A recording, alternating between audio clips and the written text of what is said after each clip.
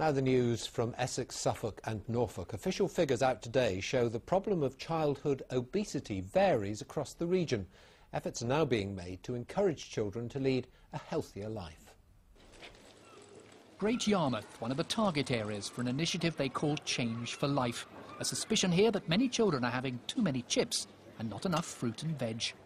The figures here are quite startling. Among 4 to 5-year-olds, 1 in 4, 25%, are said to be overweight or obese. And when you get to 10 and 11-year-olds, the figure's even worse. 1 in 3 overweight or obese. Good morning, welcome to Change for Life Roadshow. 10-year-old Keepy Uppy star Josh Clancy from Hertfordshire helping launch the first of a series of half-term workshops, with former Norwich City captain Craig Fleming bringing the healthy lifestyle message to young families. Awesome. For that age to be pulling out skills like that, I mean, incredible, really. We're living in an age now where children have game consoles, satellite TV, computers, and they're pretty much inactive, really, for a lot of part of their life. So getting them out, eating healthily and getting them active is vitally important, I think. The local NHS has been signing up families to its MEND programme. Mind, exercise, nutrition, do it. We work with children as young as 7 on the programme, and there's so much scope for changing habits and behaviours, so children actually grow into their weight in a very healthy way and actually end up leading a very, very healthy life, which they can then pass on to their own children. 5 other centres will host roadshows this week. Basildon, where 29% of 10 and 11-year-olds are overweight or obese. In Peterborough and Kings Lynn, the figure's over 34%. In Luton, it's 36%, and Harlow, 37%. 11-year-old Jimmy Wright from Harlow has lost 2 stone on the local MEND programme. Oh, look at that, around. Very nice, got lots of room. Giving up fast food and biscuits has worked wonders. I feel a bit better, like looking at myself now, and I have a lot more confidence. The vital message to parents is that action now can guard against serious health problems later in life. Kim Riley, BBC Look East, Great Yarmouth.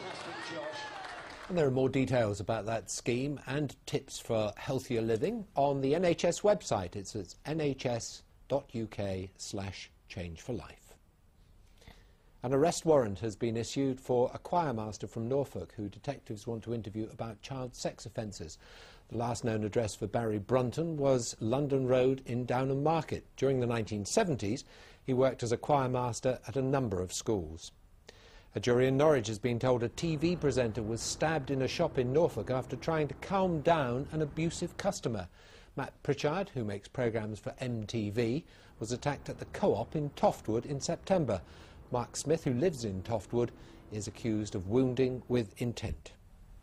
Freezing weather is being blamed for damaging the Promenade in Clacton. A large crack has appeared and a section of the prom has been cordoned off. The council says the crack may have been caused when the snow melted. Structural engineers will now carry out more tests. Objectors fighting plans for a new line of pylons in Suffolk will meet the people behind the scheme tonight. National Grid wants to build 90 towers between Ipswich and Sudbury, but the plans sparked protests. The managers will address a meeting tonight at Hintlesham Community Hall. In football, Norwich City are now 4 points clear at the top of League One after they came back from behind to win at Brighton. 4,500 fans made the 7-hour round trip to cheer them on. Song in football, you only sing when you're winning, and Norwich fans must be hoarse after watching their side this season. No matter the weather, no matter the distance, Canary supporters have been out in force. I've been keeping track of the distance travelled, and so far it's just over 9,000 miles this season so far. I've got an album of photographs, and I collect the little teddies as well. I get a teddy from every away ground that we go to. Has Brighton got a teddy? Well, they better have. It does cost a bit of money, but I think it's worth it, to be honest. The cost, I don't keep track of that in case the wife sees a bit of paper I keep it on. The Withdean Stadium, where Brighton play, is hardly the most glamorous of venues. Not much chance of Norwich supporters raising the roof here.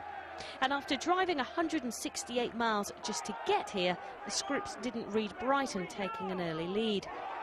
1-0 was how it stayed right up until this moment from Grant Holt in the 80th minute. The penalty area, drags it back. Ollie Johnson there, couldn't get the shot in. Grant Holt does, and the ball goes into the net. Grant Holt is back in the Norwich team and back with a goal right when they needed it. 10 minutes from time, it's 1-1. Norwich's captain and top scorer proves his worth can they go on and win it? Gary Doherty's coming in on it. It's there! 2-1.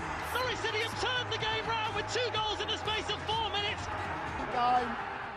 Brighton was a good side, but we overcome. To make these away trips worthwhile? Oh yeah, very much so. We are a good side. You know, Paul Lambert is our king. Simple as that. That's Norwich's 8th away win of the season, their 20th in the league overall.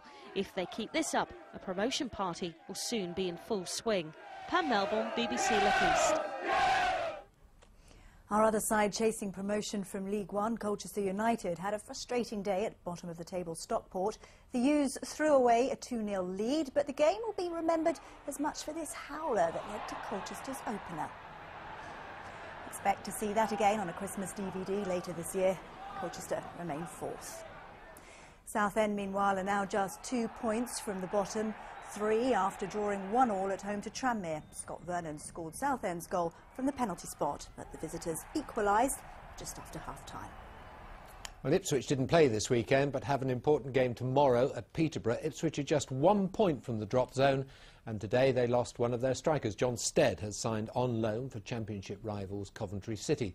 Roy Keane admits scoring goals is a problem. It's not as if we're a free-scoring team where we can go on one of these runs. We showed that last week, again, missing opportunities. So what we need to do over the next few weeks is certainly roll our sleeves up, get a few victories under our belt and get away from the bottom, and we see where that takes us. Look East will be at London Road tomorrow night ahead of the game, and of course you'll be able to hear